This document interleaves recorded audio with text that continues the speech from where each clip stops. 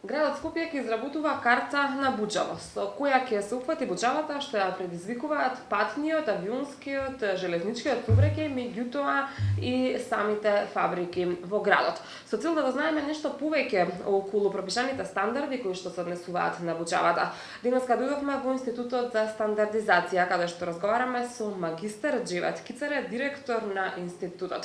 Најнапред ви благодарам за издвоеното време, ви благодарам што не примивте во вашите канцелари, во вашиот институт, и за почеток би сакала еден краток вовед за сите наши гледачи кои што не знаат со што точно се занимава овој институт, да ни кажете еден ваш кус историјат.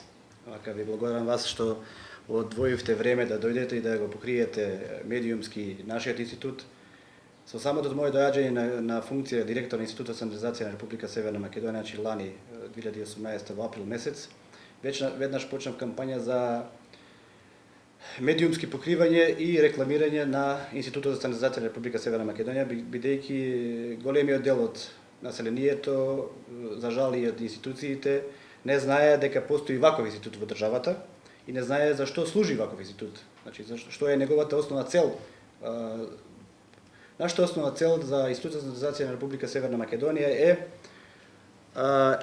единствено национално тело кое ги представя националните интереси во меѓународните и европските и регионалните организации за стандардизација и промовира стандардизационите активности преку удруженијата на јавните и приватни заинтересирани страни и страна подготвува и своји доброволни национални стандарди. Значи, што значи тоа вака да го објасниме?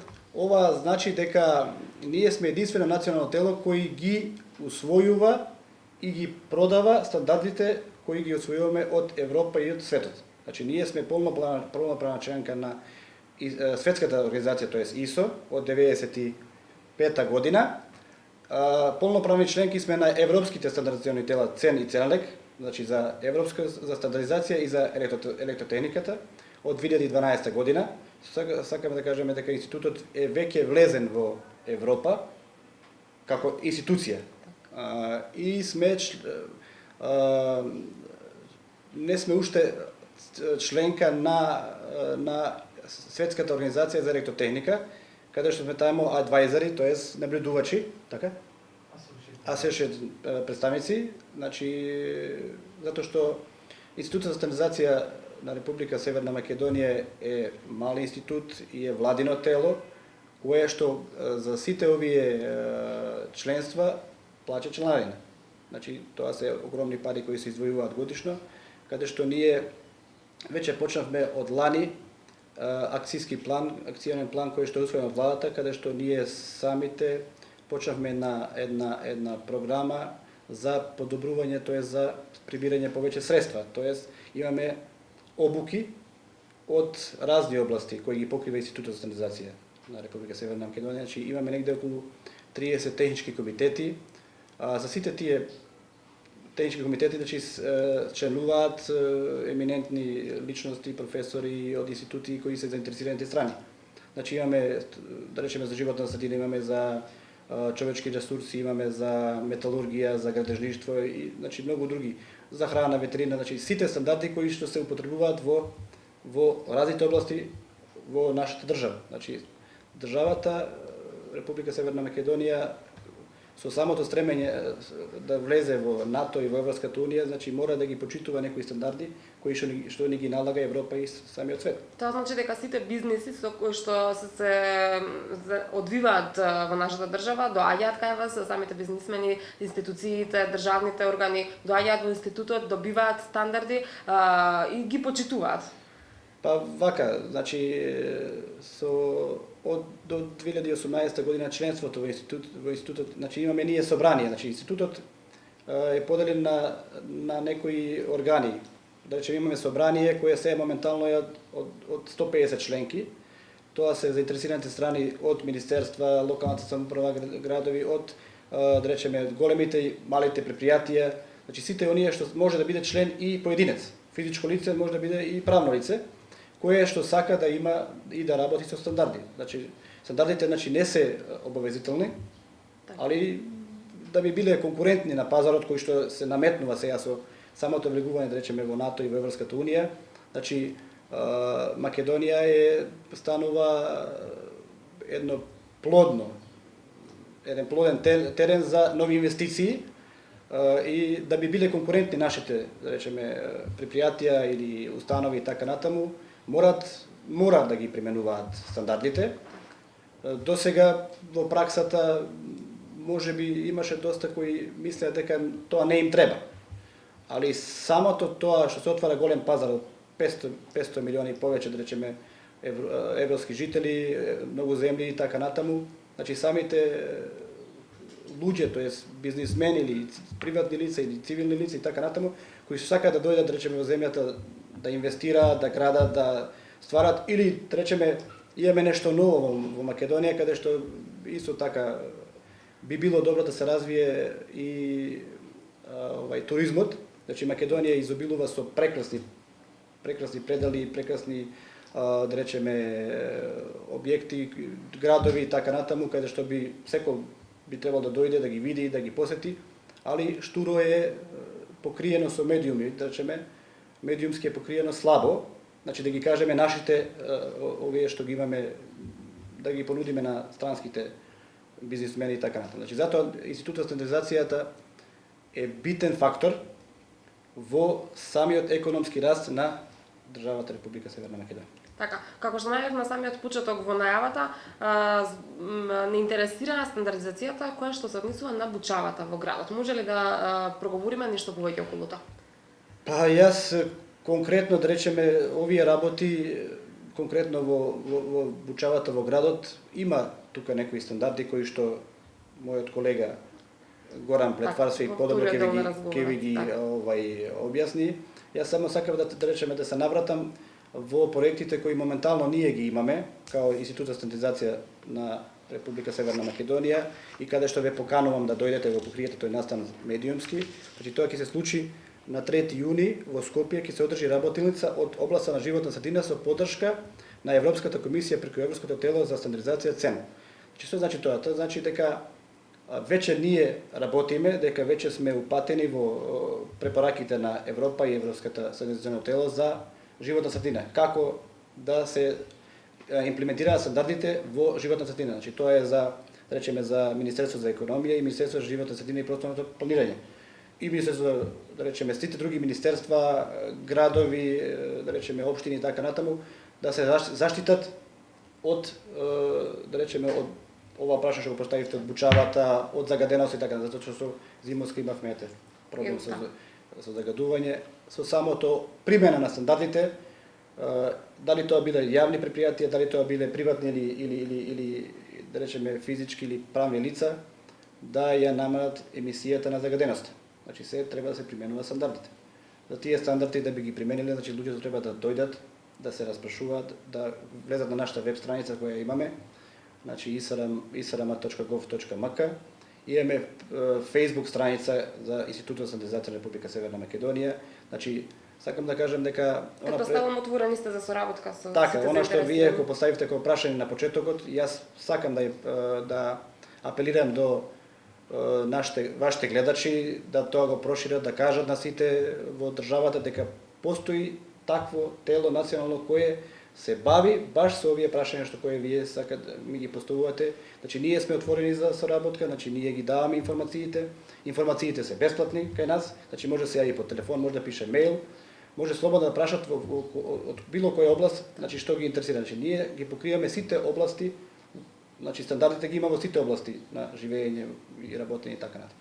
Во продолжение на разговорот го најавам господинот Горан Плитварски, советник во Институтот за стандардизација, кој што ќе ни ги објасни подетално сите услови за стандардизација и сите стандарди во Македонија, а секако и оно што нас најмногу не интересира, стандардизацијата која што се однесува на бучаваста во главниот град. Господин Горан, јас ви благодарам за издвоеното време, за интересот кој што го покажавте да им објасните на нашите гледачи каква е всушност оваа стандардизација и да ја подигнеме малку свеста кај населението за постоењето на овие стандарди, посебно во делот на бучавата, која што и тоа како често пати знае да има влијание врз животната средина, меѓутоа и врз здравјето на населението.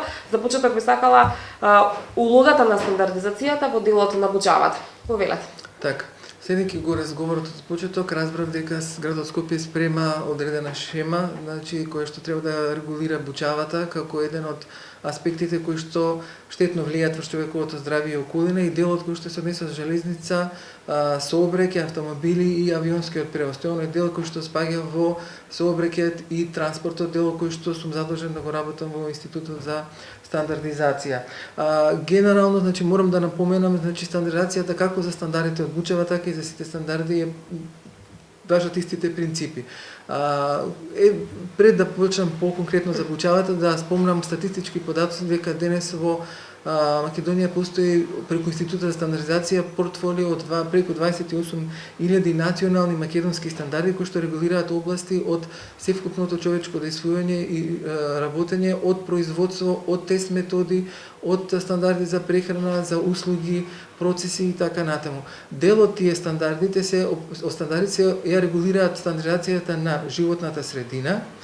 Во склоп на стандардите кои што се во животна средина постојат стандарди кои што опфаќаат и бучавоста и тие стандарди се усвоени како македонски и се достапни преку Институтот за стандардизација на сите заинтересирани страни во државата. Заинтересирани страни, значи тоа би биле тест лаборатории, инспекцијски тела, владини тела и сите производители на одредена опрема која што е во насока да ги исполнат барањата на стандардите, односно законската основа која што постои. Кога сме веќе тука за да го проширам овој дел и регулацијата на бучавата, мора да напоменам соработката која што институтот има со надлежните министерства, тоа е Министерството за економија, Министерството за животна средина, едното задолжено за Министерството за животна средина за законот за бучава, а другото преку законот за возила, носење на техничка спецификација ТСВ 101 која ги регулира аспектите на бучавост од аспект на децибели, таму јасно е пропишано кој тип на возила и со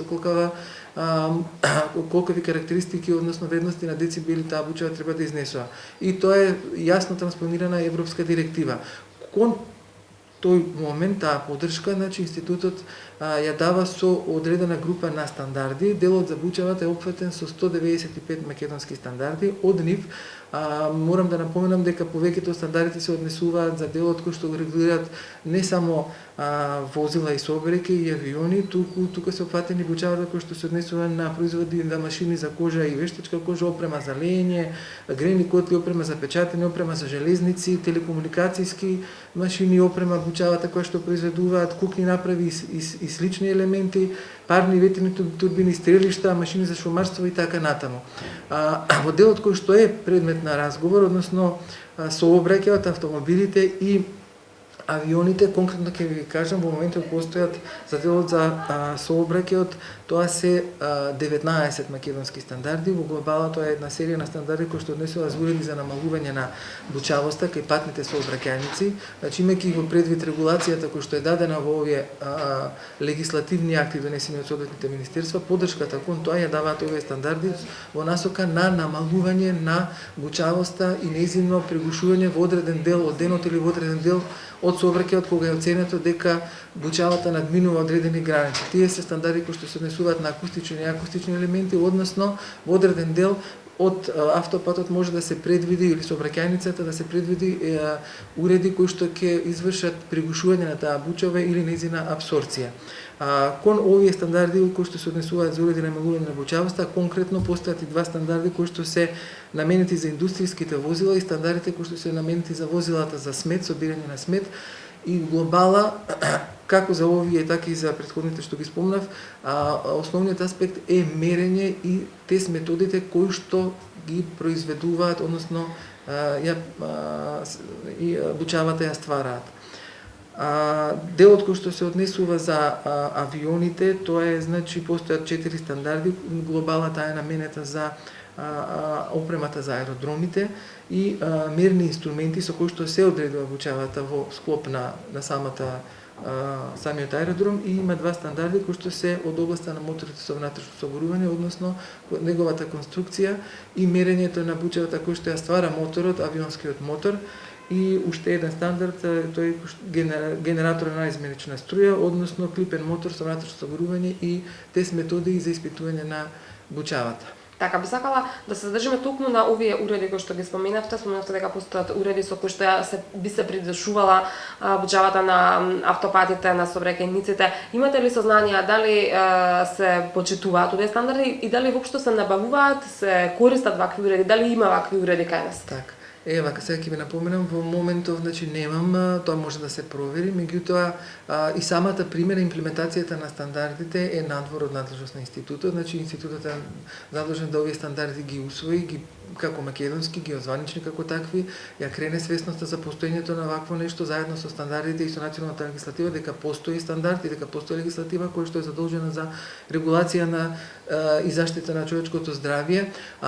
Аспектот на прашањето дали постојат и како се мера, дали се применуваат, тоа би го упатил во надлежните органи, дали се тоа инспекцијски тела кои што работат согласно претходно донесениот закон или пак стручници кои што работат или фирми кои што произведуваат вакви уреди и кои што се релевантни и експерти во таа област и кои што можат да кажат и да допринесат во севкупното обезбедување на квалитет кон примената на стандардите и легислативата од овој аспект. Во секој случај институтот стои на располагање и во секој момент овие стандарди значи не се трајни, земејќи го предвид принципот на нов технички развој и искуства на светски и меѓународни аспекти, тие се преземат во стандардите и секој нов стандард кој што постои до област ќе биде направен македонски и ќе биде достапен за јавноста, се со цел значи заштита на човеково здравје и околина. Споменавте дека станува збор и за голем број стандарди кои што се однесуваат за животната средина,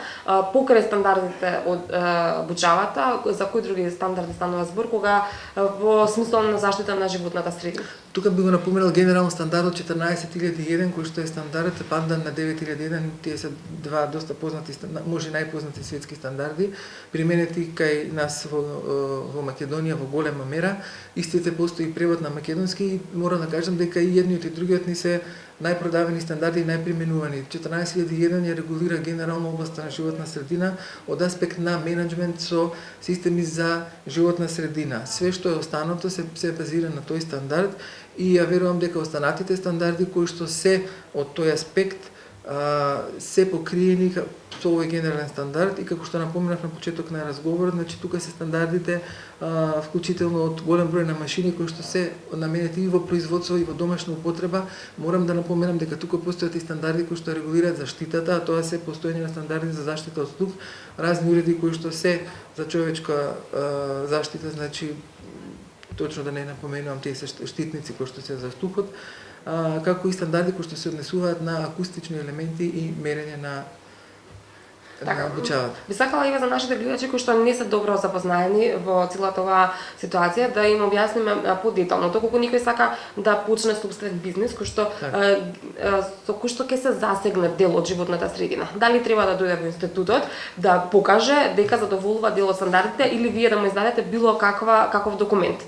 Апсолутно, значи доколку неговиот бизнис, односно делокруг на работа опфаќа дел кој што е регулиран со стандарди и стандардизација, стоиме на располагање за секој и е должен да се обрати кај нас. Тоа што може да му го дадеме прв момент, да му дадеме стручен совет од аспект на оние лица кои што членуваат кај нас во тие технички комитети, ги имаме неколку, значи како од моторите за внатрешно согорување, рековме комитет специјален имаме за животната средина, за отпадот, може да се остварат контакти со останати заинтересирани страни, преку нив да се направи мрежа на сознанија и јасно на крај да се набават соодветните стандарди кои што ќе му послужат на самата заинтересирана страна да преку тој стандард се овозможи пазар во глобала, значи стандардите кои што ги прифаќаме се европски меѓународни, еден стандард во цел свет, еден стандард во цела Европа, како во на Германија и развиен свет Франција, така и кај нас истојот е, значи тоа мора да го напоменам, не се менуваат, со тоа на самата заинтересирана страна им се отвара пазар од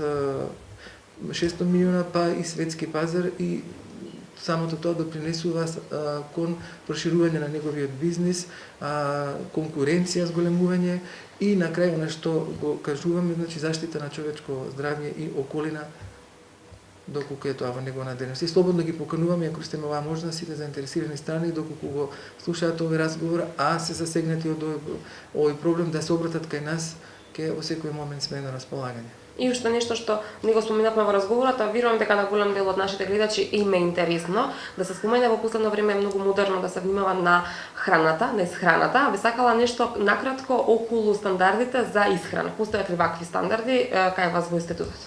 Постои комитет, значи, кој што работи за безбедност на храна.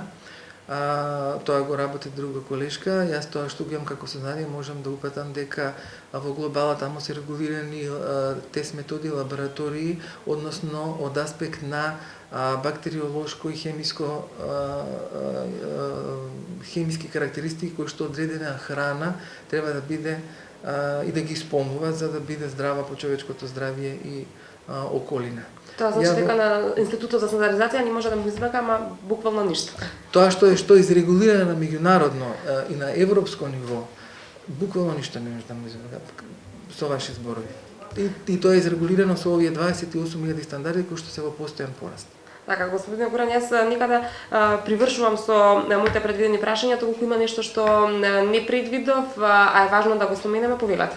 Да, и ја да се заблагодарам од името на директорите и вработените за можноста што ни укажавте. Стоиме на располагање не само јас и колеги останати вработени од разни области и аспекти кои што се однесуваат за интерес на гледачите, да во секој момент бидете тука и ние со вас да овој начин на наше функционирање го промовираме и преку медиумите.